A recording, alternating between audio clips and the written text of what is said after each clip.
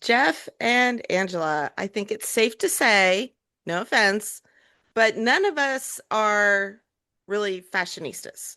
Absolutely not. Fair? Fair. T-shirts and jeans all the way. I'm saying.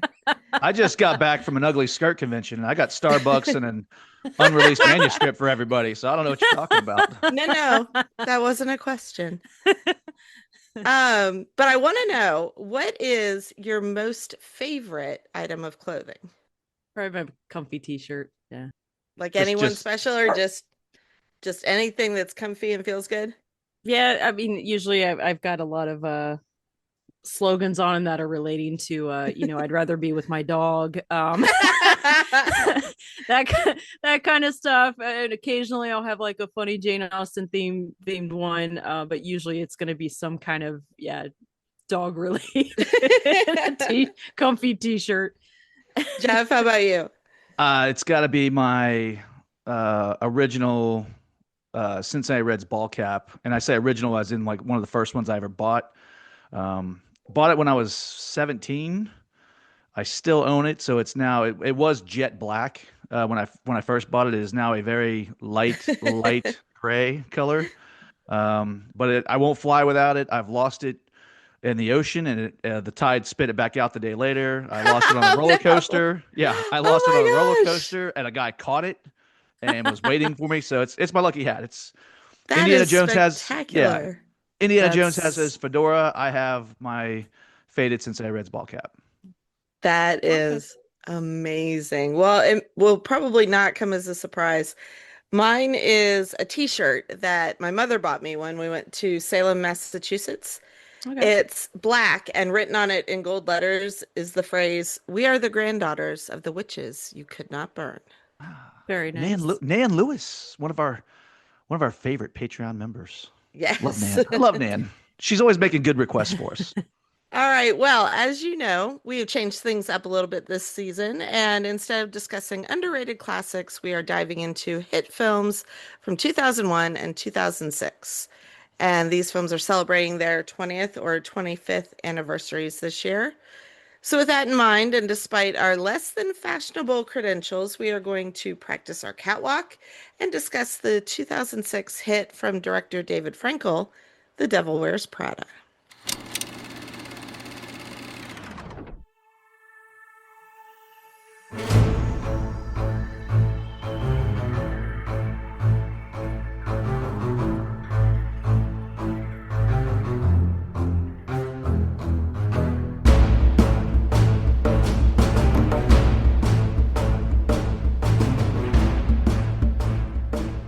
All right, welcome everyone. I'm Amber Lewis, I'm Angela Norris.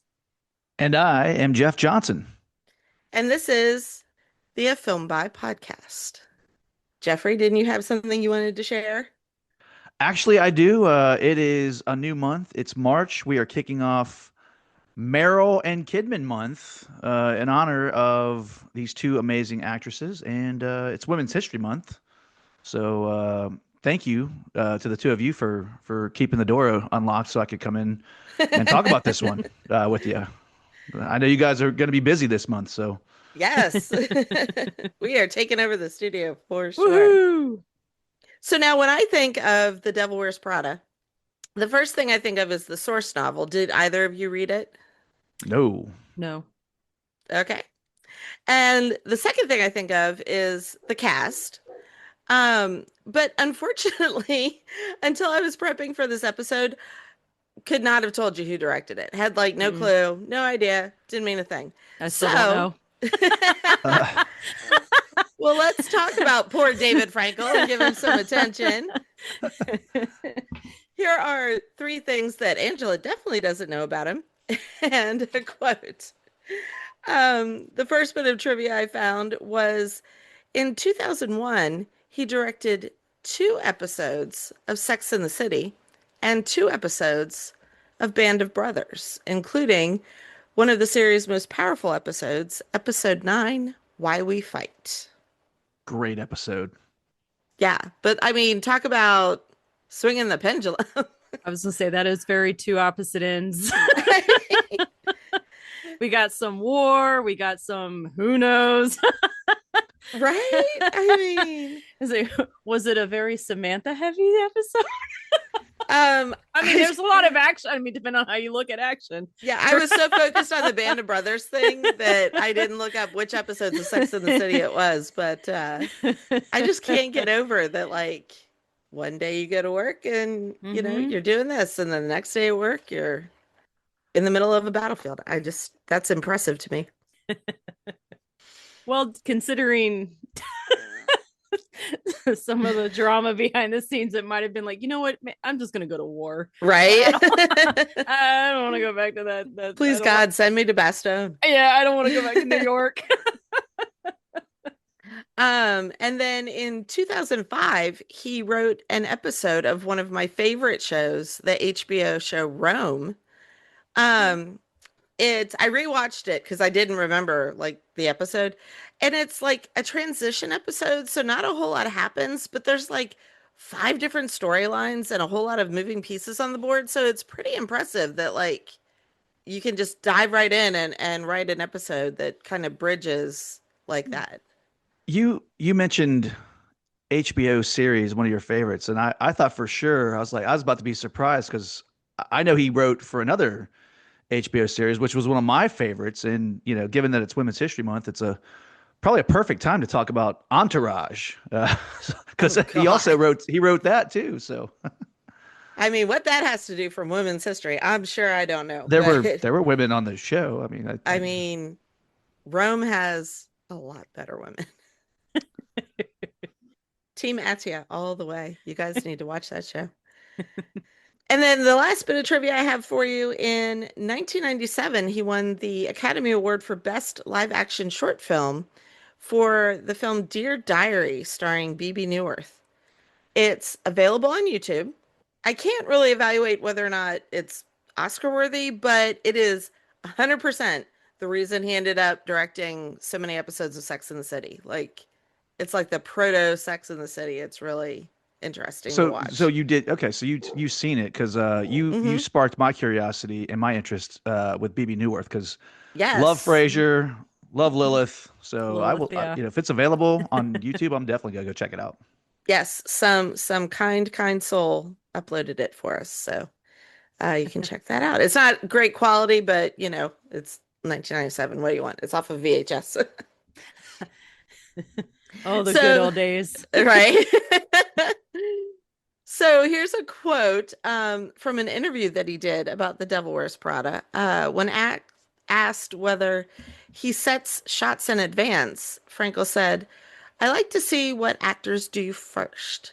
That comes from my having seen this great documentary on Stanley Kubrick's passive planning. He didn't say anything to actors. He just saw what they did. Inevitably, well, 99% of the time, their instincts are better than anything I'd think of. Then we figure out shots. Shots aren't that important. The most important thing is the characters." Wow. He's taking cues from Kubrick. I'm wondering if he drove his actors insane with like hundreds of takes, Oh goodness. Maybe that's why this guy doesn't have such a huge filmography. I don't know, but I don't know. I mean, I was even like kind of prepared to find out that he didn't exist at all because there's like almost nothing about him. It's like he lives, he's married, and he made these movies. Like there's just nothing. So it was very interesting trying to research who he is and what he thinks about his work. All right, so this year we're doing something new. Jeff has thrust upon us the 5-word synopsis. Yeah. Which is quickly becoming the bane of my existence. What? You did good the last time. What are you talking about? I struggle. You have no idea. I came up with 2. Oh, good. No, see? If you need because I figured one might, maybe one of you guys might have come up with something a little bit I don't know. similar. Mine is so boring. So Angela, hit us up. What you got? All right, I'll do one. Okay. Fashion industry icon obliterates assistant. Obliterates. Wow. I love that word. Yes. That's fantastic. I love it. That is 100% the one we're going. We can't come up with anything better. Jeff, give it a try, but It's taking a backseat to Angela here, but I have and I have two of her words. So interestingly enough, I have fashion industry challenges outsiders' integrity. I like it. Thank you. Be more of a thinker. Yeah. That's right. Not just a pretty face. So my kindergarten entry, Oh. fashion boss makes life hell. Yeah. Oh, that's good. Like No, that's like no, hold on. You got like you got my to dog could have written that. You got to remember though, the way this game plays, it's you're giving 5 words, and then someone needs to be able to guess it. Now, Yeah. with Angela's, you're probably playing against a cinephile, but Yeah. yours is good for like real people who just like to go see movies. Just real people that like to see movies. Yeah, the people that just like to have fun. I'm like the computer tester. Are you a robot? Yeah. Are you a cinephile? No, Oh my God. no offense to all our cinephiles that are listening. I'm a cinephile. No. Yeah. Sometimes I like a dumb popcorn movie too. Yeah. So it's all good. Well, Good 5-word well, synopsis. Yeah. well, I can give you my second one was fashion is a cruel mistress. Ooh, that would be hard to guess. This That So I would thought be it was a his- little bit more vague. Yeah. Yeah, Yeah. that might Yeah. if the cinephile me might say, that's unzipped or that's pret-a-porter. or Phantom Thread or something like. Yeah. Are Yeah. you impressed that I That's just why. I just dropped I am. pret-a-porter? You just Yeah. and said it right. Like Yeah, that's it means ready to wear for all of our Yes. listeners out there. Ooh, I know stuff. you gotta be at least a little impressed. fancy. I'm so proud of you for watching this movie. Like I can't even talk about it. Do you want to get into that real quick? I mean, Because yeah, I've been waiting for like well, 2 look, weeks. I wanted to have the freshest take possible, so I actually watched this movie, The Devil Wears Prada, for the very first time about 6 hours ago, No. and Fresh. I was Fresh meat. very, very happily surprised. I'm gonna be honest. I thought I was sitting down to work my way through 2 hours of a chick flick, and it is anything but that. This is a fantastic film about power struggle and making your own way, and it's just got some incredible performances. So I was very happy to be watching this today. Oh, yay. I'm so glad. You passed the Yay. test. Yay. All right, we're going to take a quick break. And when we come back, we're going to dive into this amazing cast. All right, welcome back, everybody. We are talking about the 2006 hit, The Devil Wears Prada. And we're going to talk about the cast and crew. We got to dive in to Meryl Streep, Yes. who is I'm hot and cold with her, but oh my God, do I love her in this movie. I kind of didn't do like a review, but I kind of came up with a nice little description about Miranda. I said she is crystal clear with jagged spikes and every word that steps on your neck like a shiny new pair of Prada heels. Ooh, That's yes. that's interesting because I have a different take because watching this for the very first time today, her introduction, coming into the building Oh, and the spectacular. flutter of activity. Gird your loins. Good your loins. It was familiar.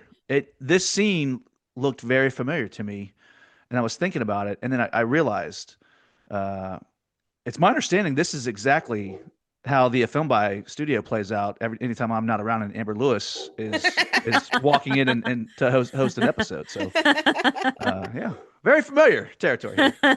Everybody, pull yourselves together. Interestingly enough, Meryl Streep was almost passed over for the role of Miranda because some people at the studio thought she had never been funny a day in her life. There was Does she quite really a, say quite funny a few. though? Yes. I mean, she's Like- hilarious. Okay, I mean, in this movie, yes, but I'm just Yeah. saying in other Meryl Streep roles, I think of her as a very dramatic actress. Mhm. But very have you talented seen actress. Death Becomes Her? Well, okay, she's fantastic in that. That's an awesome movie. Her and And Goldie She are Devil that fantastic. doesn't get enough attention? Never saw it. Oh Just my God, she is hilarious. She is so ridiculous in that movie. It's got your Postcards from favorite the guy. Edge It's would got be Jeff mine. Daniels in it. Oh God, yeah. My man Postcards from the Flap. All Edge. right, Postcards from Flap. the She's Edge. playing- Yeah, that's one of Amber my top Flap is 10. in it. Yes. Nice. Bastard. We love Flap. No. Oh God. All right, focus. Angela, you said that you found out there were other actresses considered. Yeah, there was a little trivia bit. According to the IMDb, there was a list of several actresses that were being considered for Miranda. So I thought it might be fun. I could name them and we kind of give a yay or nay, and I'll give like a little tally and see who would have been like our runner-ups if you guys are up for it. Yeah. All right, first one, Jennifer Aniston. No. Was yours Wait, a name? as Miranda? God. This is as Miranda. This No. is where the No, actress no. is considered. Okay. No. Kim Basinger. No, she's not funny. No, she's. I don't. Well, she's. I just don't think she could pull off a role No. like this. She's no. Cameron Diaz. What? Ooh, Whose hold on. list is this? No. Wait, Again, wait. this was No. IMDb. Wait, hold on, so hold this is on. according Wait, to wait. them. Wait a minute. Can't think Cameron Diaz in Any Given Sunday, and she's No, a contender. I She's can't not better than stand her. Meryl. No, I can't stand her. Well, what about what? You Just can't 'cause stand her. You Okay, think well, she's hot, it's I'm sure. well. she's What? not, Well, when but- we do Cameron Diaz month, I don't know what you're gonna do. You and I are gonna I'm going to be in have I'm an kidding. exciting Europe that month. conversation. I'm kidding. There's no Cameron Diaz month. A All right, la Angela. the Who Da else Vinci you got? Code. Woo! Yeah. Heather Graham. No. I love Heather. Yeah. I've met Heather. Heather is amazing, and she's she a is very awesome, but she's a no. very talented director. But I don't see this as a role for her. Angelina Jolie. No, Lisa Kudrow. No. no. Helen Mirren. Yes. Oh, that okay. was my Now- list. Okay. 100%. Yeah.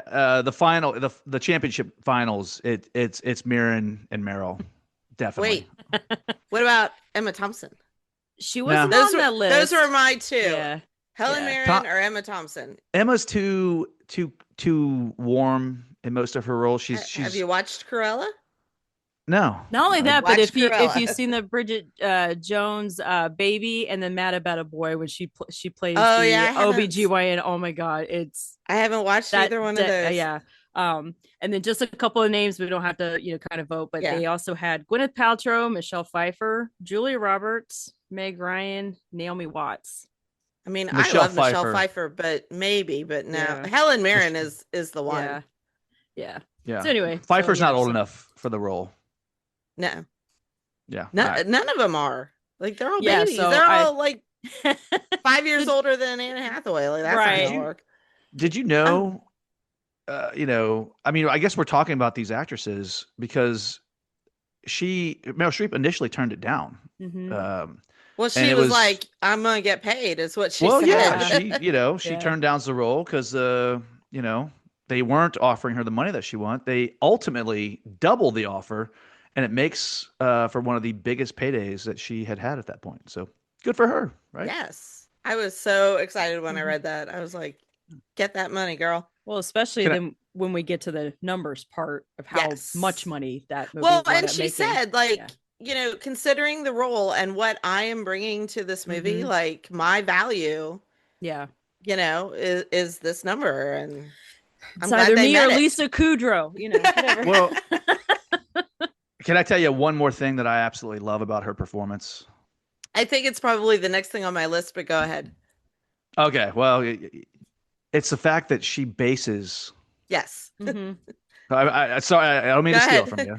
No. I She just love that we had bases- the same thing. Yeah, she bases her voice, the patterns of her speech, on Clint Eastwood, and that's awesome. When you go did back read and that, watch yeah. this, Yes. now I can't wait to see it a second time, just Well, because and- it's like now I want to hear it more. Tom Hanks tells a great story about Clint's directing, because from the days on Rawhide, you don't shout action because it spooks the horses. Mhm. Mhm. So Clint stands like right next to you and he says, "Go."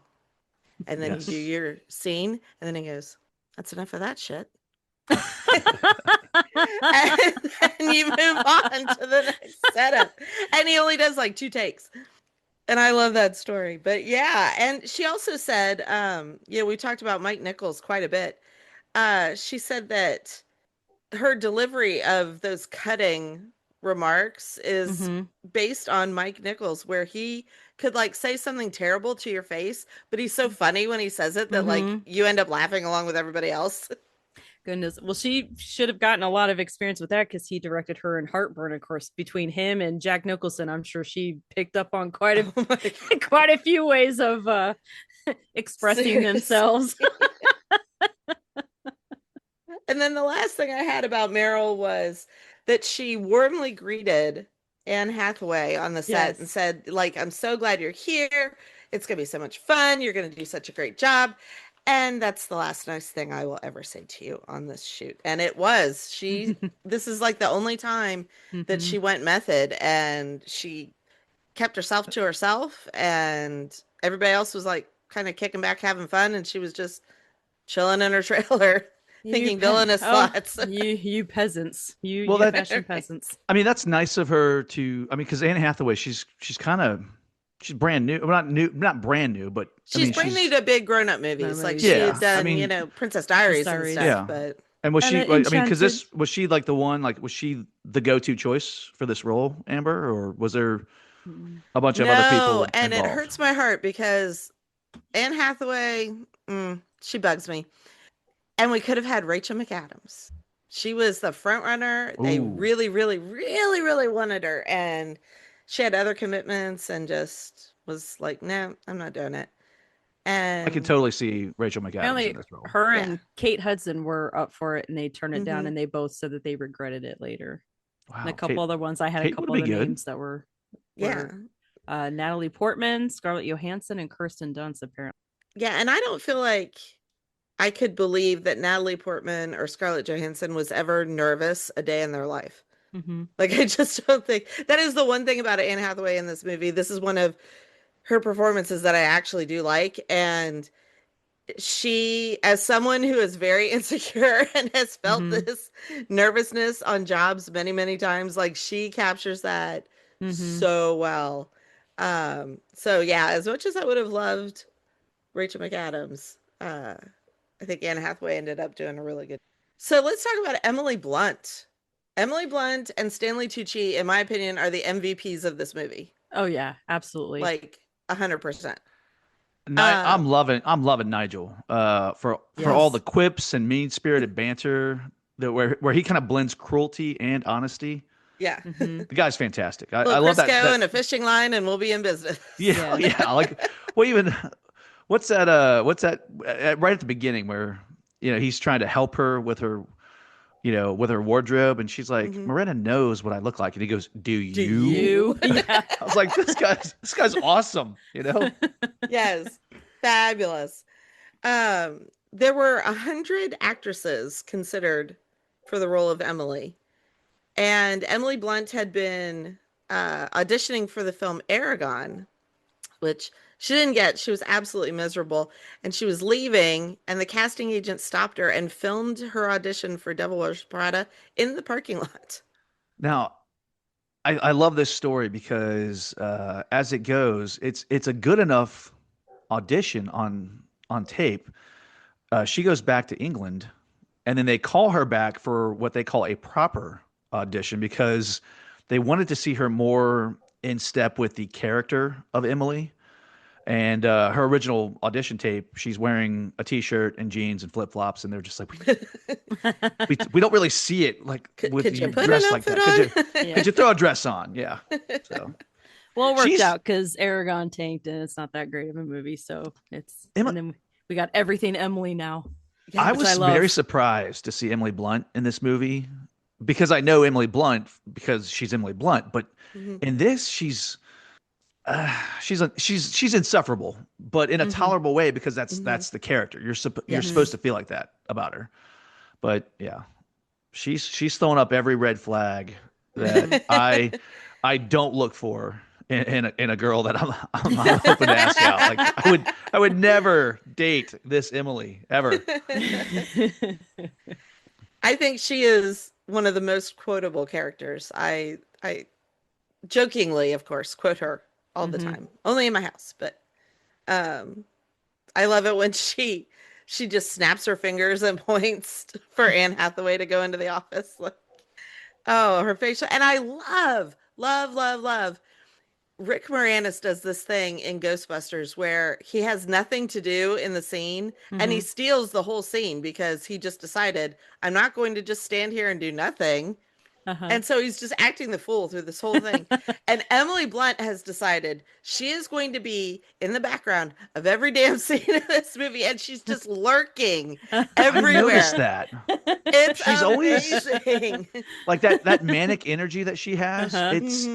It's never not there. It's never absent. Even when the scene is focused on Andy and Miranda, she's there. She's just hanging out. Like, and it's just like, yeah, I like that about it though. That's something that, you know, Meryl's like ripping Anne Hathaway verbally to shreds, and your focus is pulled to what's Emily doing back there? Yeah. And then Nigel, Stanley Tucci. Oh my God. Again, 150 actors were considered. How yeah. Who I don't feel like that was understand this written for him process. though. I don't how do understand you this how do you even process. think about anybody but Tucci for this Yeah. role? Is I there don't know, because the only other person that of a name that I read was considered was Graham Norton. I'm like, Yeah, I read that That too. would be And awesome. I'm like, oh, No, goodness okay. gracious. he would just be so manic. Like, I don't think he could be mean spirited though. Not the way no. Tucci does. He would just Yeah. he would be like laughing while he did it. Yeah, that wouldn't Um, work. So yeah, Stanley Tucci accepted the role 3 days before shooting began. And I'm Wow. like, And bless his heart that he did. yes.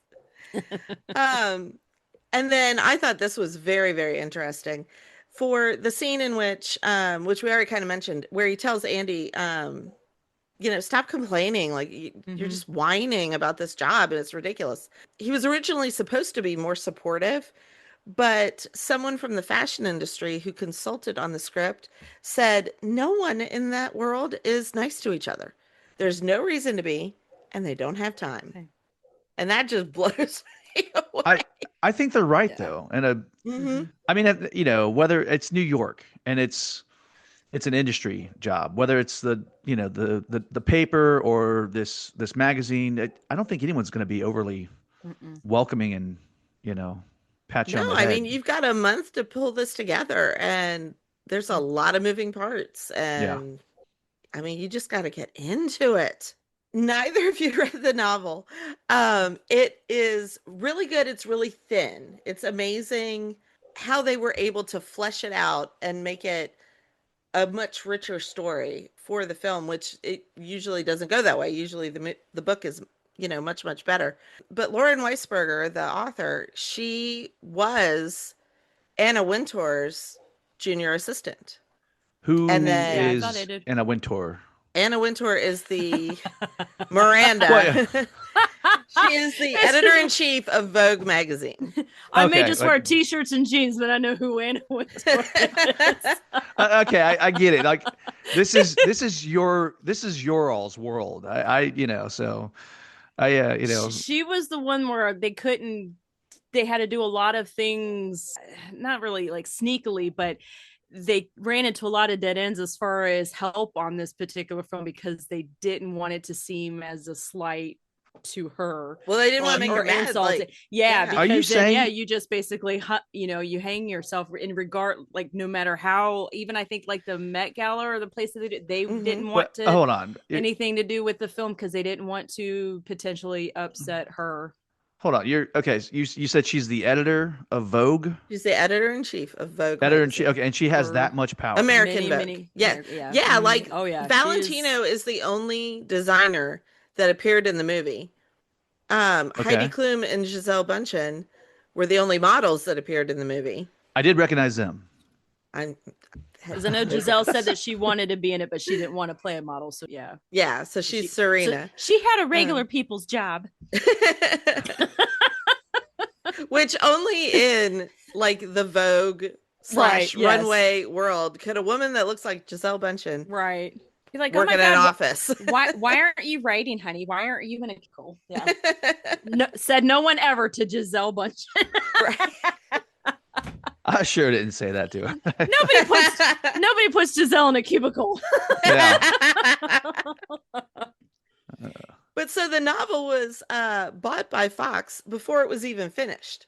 The studio VP had only read the first 100 pages and thought that Miranda Priestley was the greatest villain she'd ever read. And Good just call. Yeah. snapped it right up. She's a fantastic villain. And you know, in a movie like this I where you mean, typically have an we're really putting adversary, villain in quotes, though. well, yeah, but she's fantastic. I feel like what makes a great villain is whether, you know, not just their memorable dialogue. It's their style. Like Hmm. I look at Miranda as an amazing villain the same way I look at Hans Gruber as an amazing villain. They're stylish, they're intelligent, and they're just fun to Charismatic. watch. Yeah. Charismatic. Yes. Oh, so charismatic.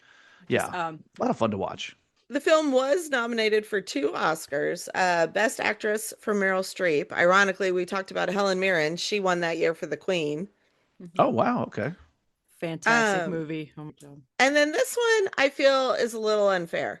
It was nominated for Best Costume Design for Patricia Field, and Marie Antoinette won.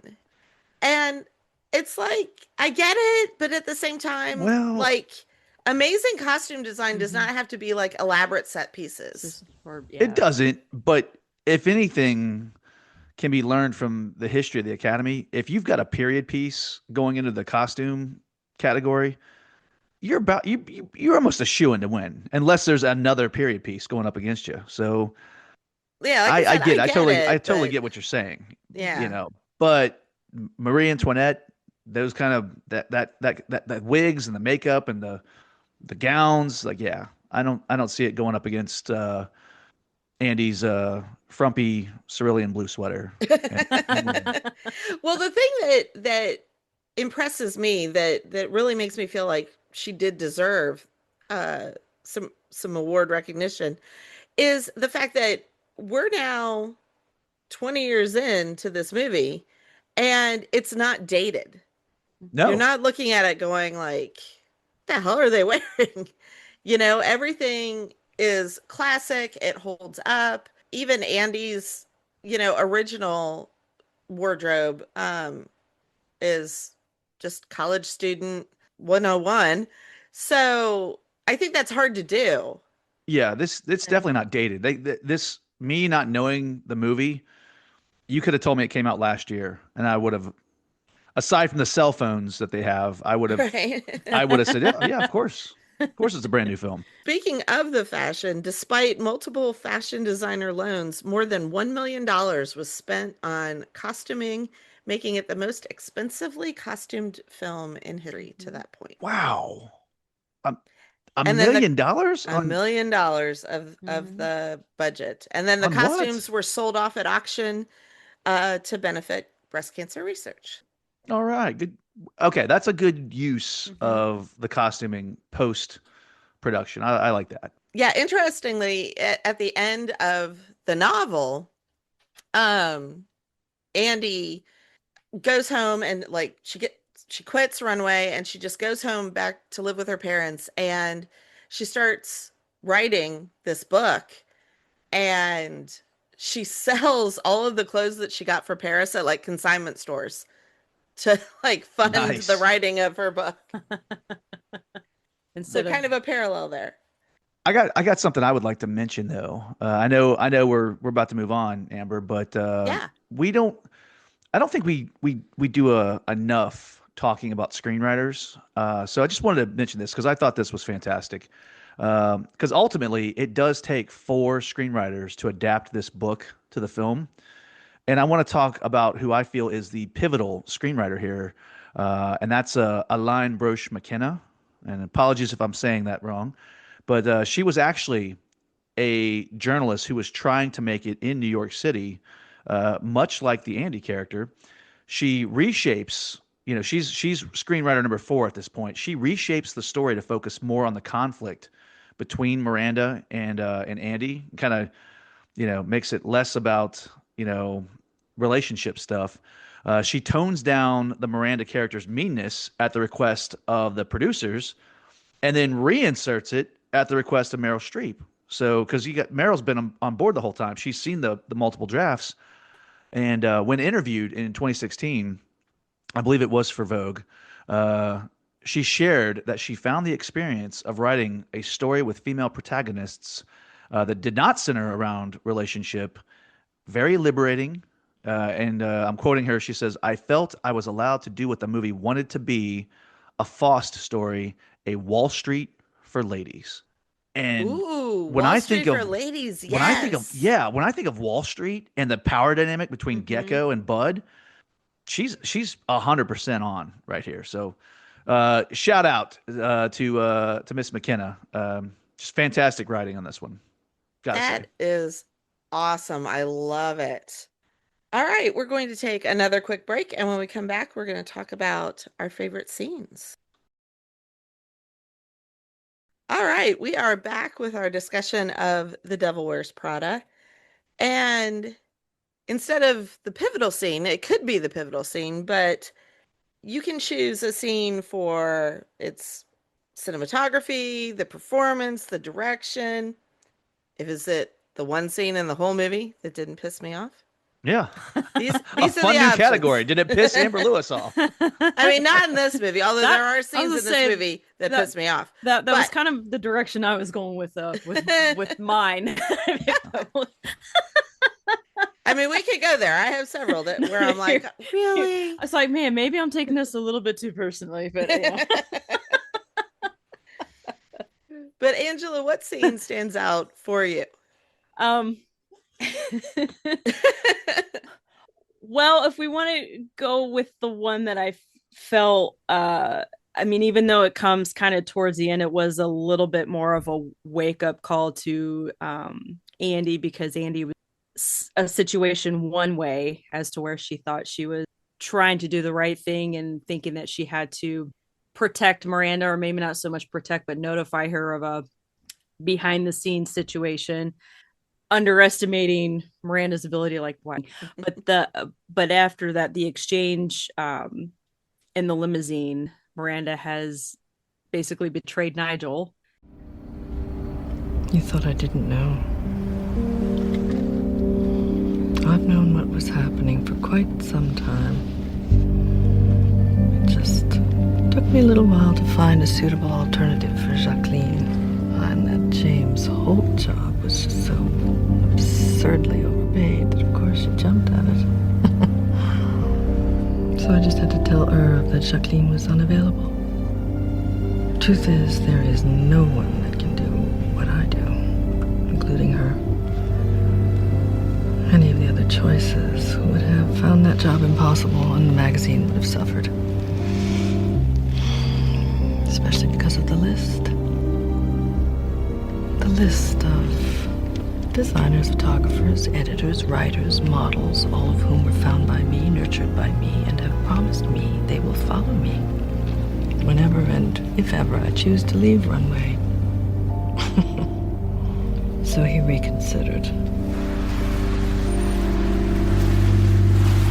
But I was very, very impressed by how intently you tried to warn me. I never thought I would say this, Andre. But I see a great deal of myself in you. You can see beyond what people want and what they need, and you can choose for yourself. I don't think I'm like that. I couldn't do what you did to Nigel, Miranda. I couldn't do something like that. Miranda's just dropping these real life, truth bombs and things like that all around her, and shattering whatever little illusion she had left, I think, of people taking care of each other even after they, I think, in the da da da. So that really kind of opened her eyes. Like she's like, why? What am I doing here? And then gets out of the limousine, throws that old cell phone into the fountain, and was just like, deuces. So I liked that scene because Miranda has never pretended to be anything other than what she is. All right, Jeff, how about you? What scene stood out for you? I'm choosing a scene based on a strong performance.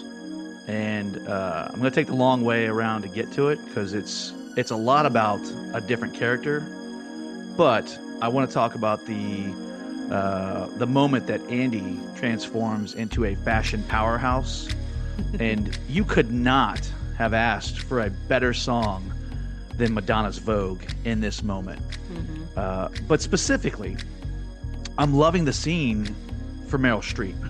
And what I'm getting at here, that first time that Andrea walks in, Meryl Streep's character, Miranda, says nothing, but her look conveys surprise, curiosity, and most of all, approval. And she's doing that with 1 2-second gaze at Anne Hathaway's character, and it's absolutely brilliant. Great moment for both characters, but it's Meryl's moment. Even though Anne Hathaway looks dynamite, she's got the new haircut and she's got the couture, she's looking amazing, but it's all Meryl Streep in that moment. Love that moment. Love it. I agree completely. Right. Amber, do you got a scene? I do. I'm gonna go completely obvious because this is the one scene that, like, everybody shut up. Nobody can talk. We have to watch the whole thing start to finish. From the moment Miranda says, "Why is nobody ready?" Right. Oh, Through the entire cerulean speech. Yeah. The way amazing that she moves through picking the dress and putting the belt on and the jacket and the hat, and she puts this whole outfit together while she is just verbally decimating Anne Hathaway, never raising her voice, never saying anything. I mean, she says a lot nastier things in other scenes. Hire the smart fat girl. She doesn't go there in this. She just completely explains why you are a child who has just stepped one toe out of college and you don't know anything. And I'm going to tell you exactly how this industry works. And I just adore it so much. Every time I watch it, it's all over social media. Like, everybody loves to use it. But it's because it is just that good. And it's another example also of Emily just hovering in the background, and Anne Hathaway looks back at her. She just rolls her eyes like, Jesus. I think this is one of the greatest monologues. I think this is one of the greatest monologues ever. It's so good. It's captivating. And I'll go ahead and tip my hand right now. I'm Team Miranda from this moment all the way through the end. And because I'm not on Team Andrea. Not a fan of the character in this movie. No, like, I'm pissed at her from the moment she shows up. Who dresses like that for a job interview? My God, I understand. You're poor. You're a child. You just graduated college. Just wear all black. We all know this. Like, who dresses like that? The Andy character pisses me off for a different reason, but that's another story. Well, really quick, this is not like on our outline, but I did want to throw at you. We have 3 great musical breaks in this film. In the opening number, Suddenly I See, Katie and then Tunstall. Jeff already mentioned the Vogue fashion montage. And then when they get to Paris, we have City of Blinding Lights as they are going to all of the fashion shows. Which one is your favorite? Jeff, I have my money. I know exactly which one is your favorite. Well, but prove me wrong. I think all 3 of them inform on the movie. It helps build the sets, the setting of the film, and they're all 3 great choices. But yeah, it's Vogue.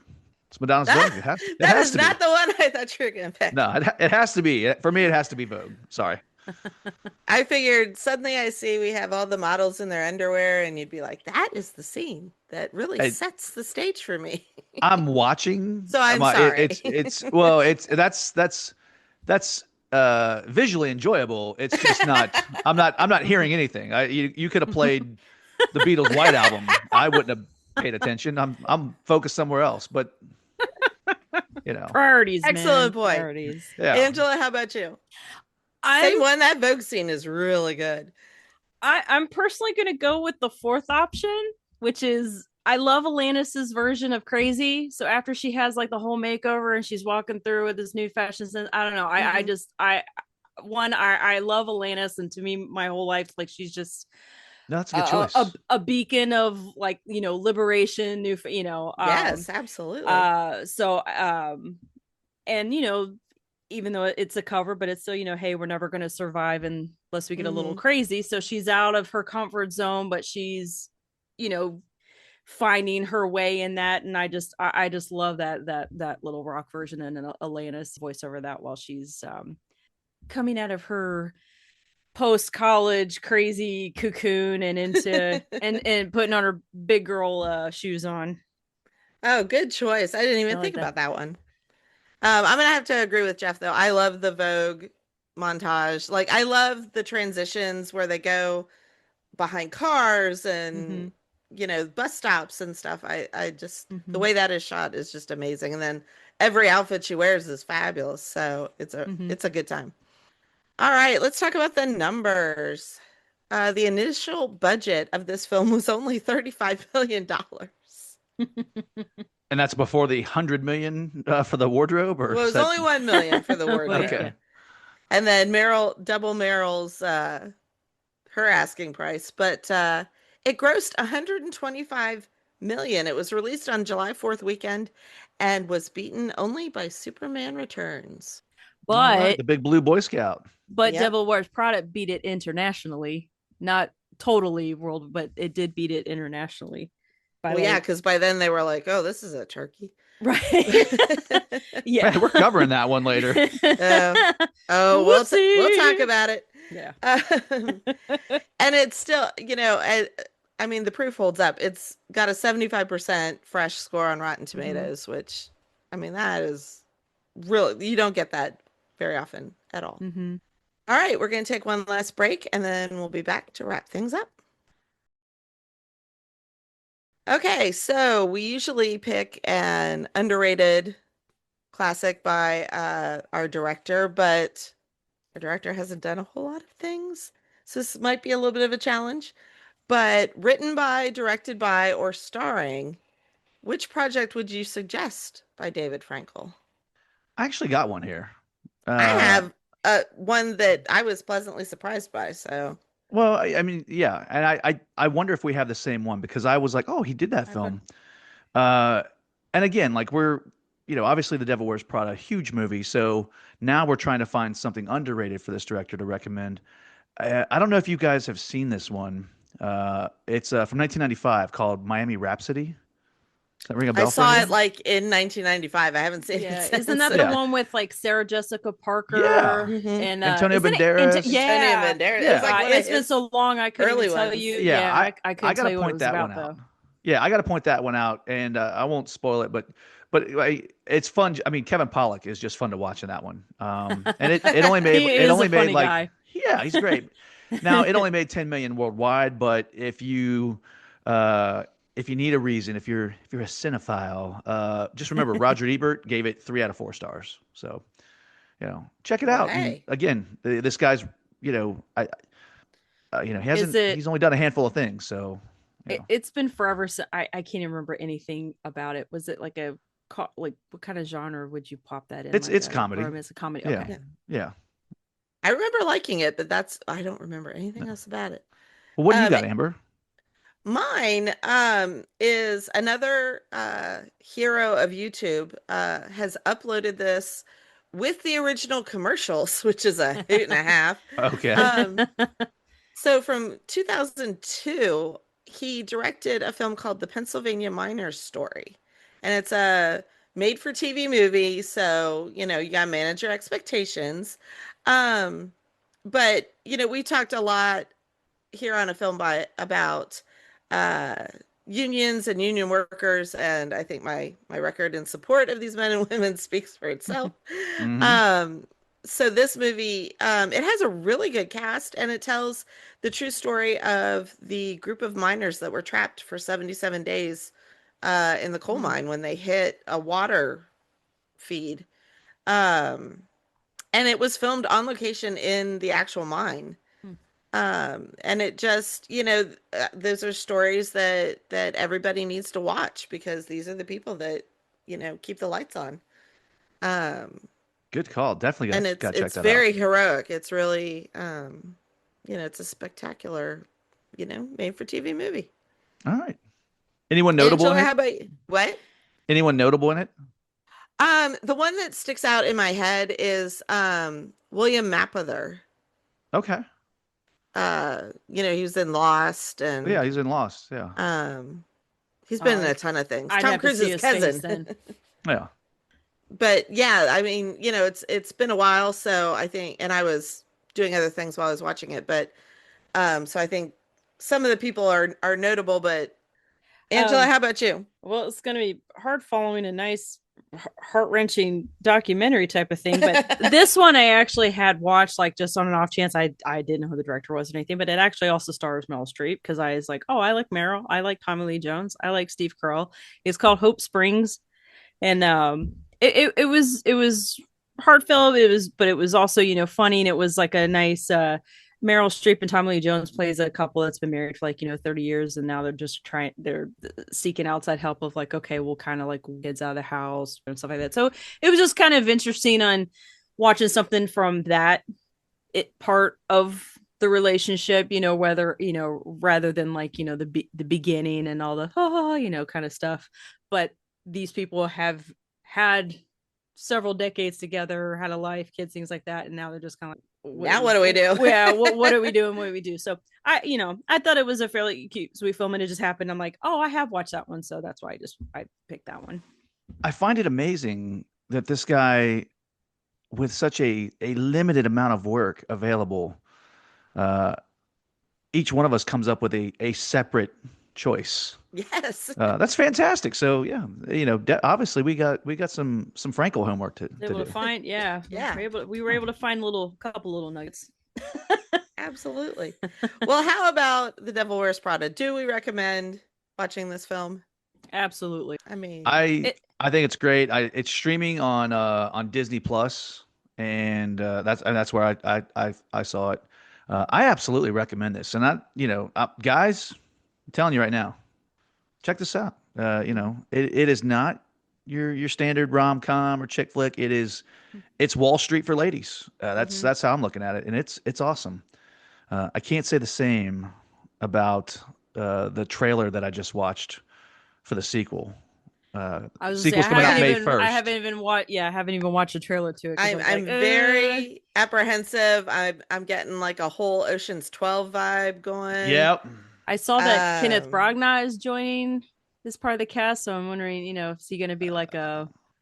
And he's nowhere in the trailer, so I'm like, what's that about? He's the only other. But I love Kenneth Branagh, so yeah. I'm hoping that for my boy. I'm hoping that it's more of like, an announcement trailer or a teaser, if it were, as it were, like let's just show you that we're getting the band back together, and we're not going to focus on the brilliance of the movie. Right. I want to be wrong, but I'm looking at because you barely get any story. You barely get like, why is she back at Runway and what's going on, and maybe that might be better, because I mean it's so hard with sequels anyway, that especially when you have something that's so good that is just fine to be a standalone. Like we don't need a continuation, but if you're going to, it's already going to be scrutinized and compared enough as it is. The expectations are so high because this one is so good. It's coming up. Can a film buy send you guys on assignment? Can we send you to like go check it out and let us know? Yes. Well, next time on a film buy, it's going to be a whole different kettle of fish, because we're going to be talking about Moulin Rouge, and Angela and I already know, are going to have a conversation. Yeah. Can I join in on Moulin Rouge too? Because I happen to. Well, I mean, I think we're gonna need a referee, so probably. Okay, yeah, maybe. Okay. Man, she's like getting the gloves and the shanks, and I'm over here like, man, I just like Nicole Kidman. Satine, yeah. Let's talk about Satine. All right. All right, it'll still be a good. It'll be a good episode. It's all right. It's all right. If you have seen it, how would you summarize it in 5 words or less? Go to www.afilmbypodcast.com to give us your answer, or email us at afilmbypodcast@gmail.com. If we use your 5-word synopsis on the show, we'll give you a shout out on the episode and you'll get some A Film by swag. And please join us on social media. You can find us on YouTube, Instagram, Facebook, and Twitter. We love interacting with you, sharing opinions, taking your requests for future episodes, and debating great movies.